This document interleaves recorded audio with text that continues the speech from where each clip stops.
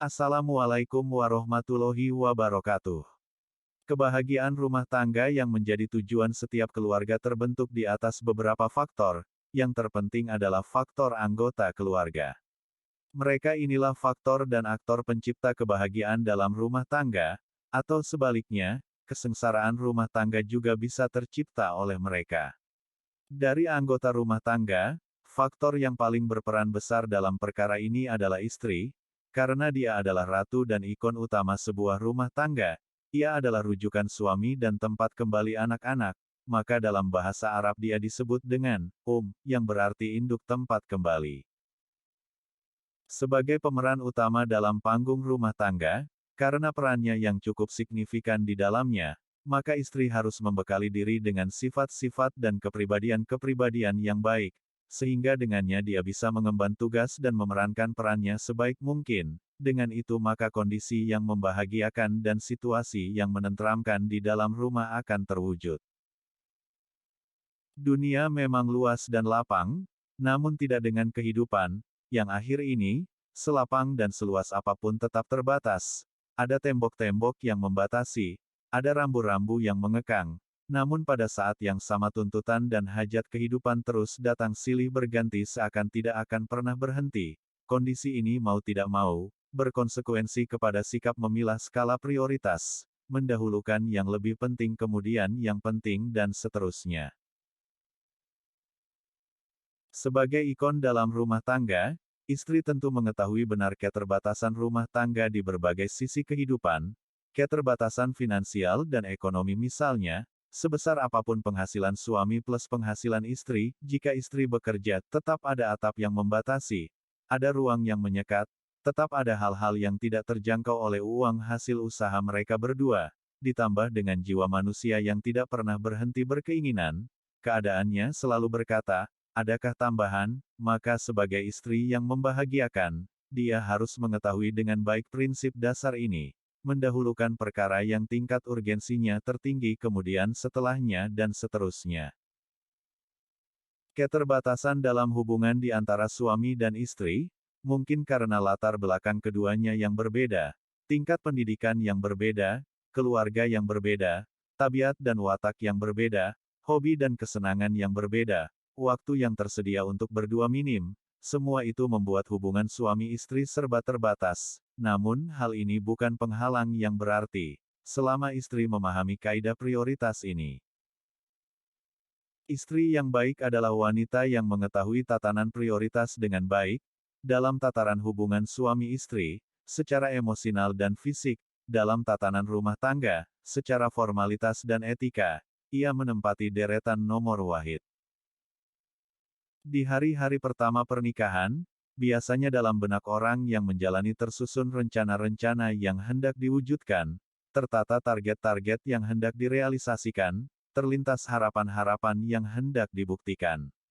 Umum, lumrah dan jamak.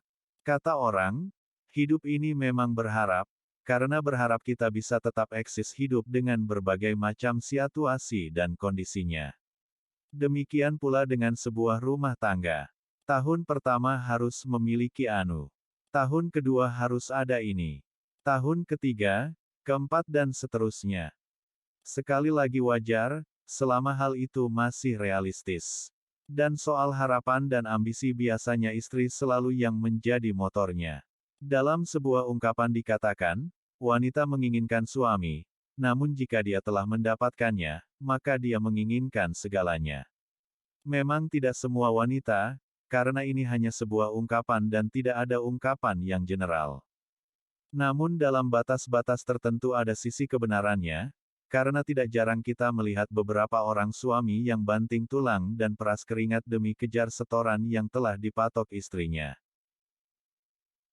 Maka alangkah bijaknya jika dalam menuntut dan mencanangkan target memperhatikan realita dan kapasitas suami, jika sebuah harapan sudah kadung digantung tinggi, lalu ia tidak terwujud, maka kecewanya akan berat, bak orang jatuh dari tempat yang sangat tinggi, tentu sakitnya lebih bukan.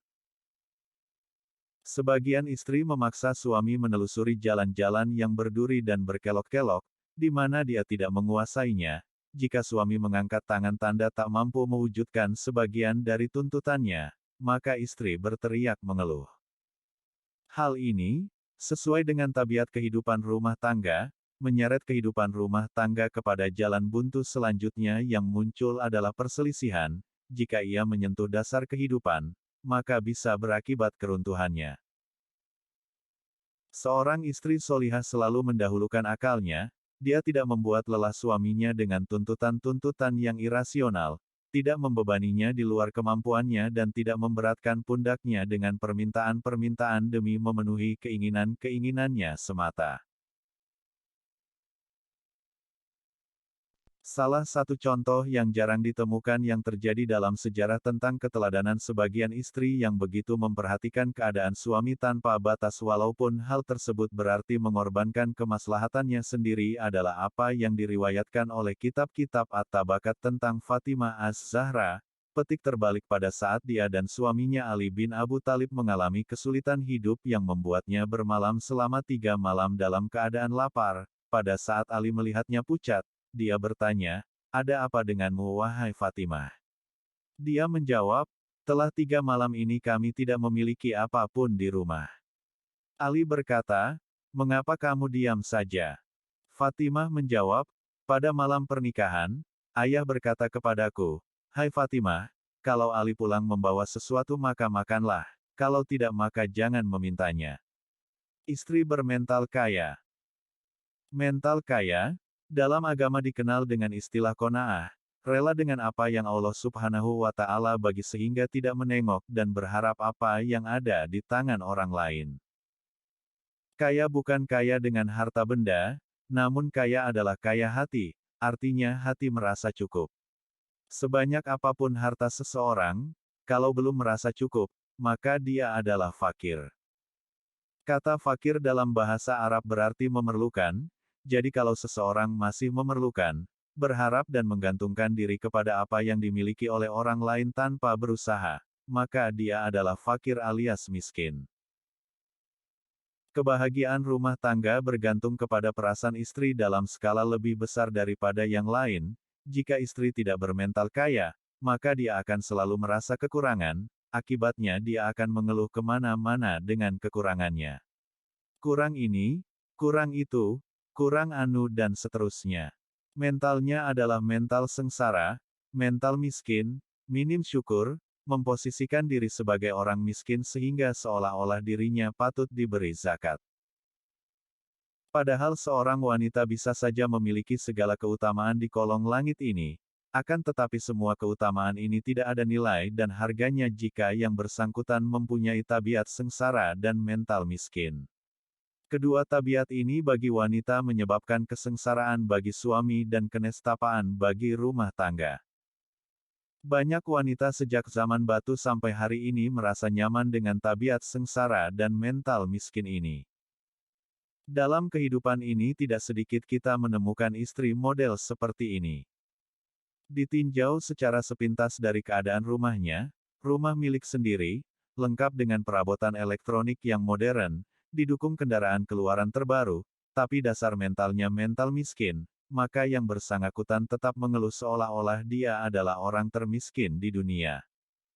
Jika istri bermental kaya, maka keluarga akan merasa kaya dan cukup.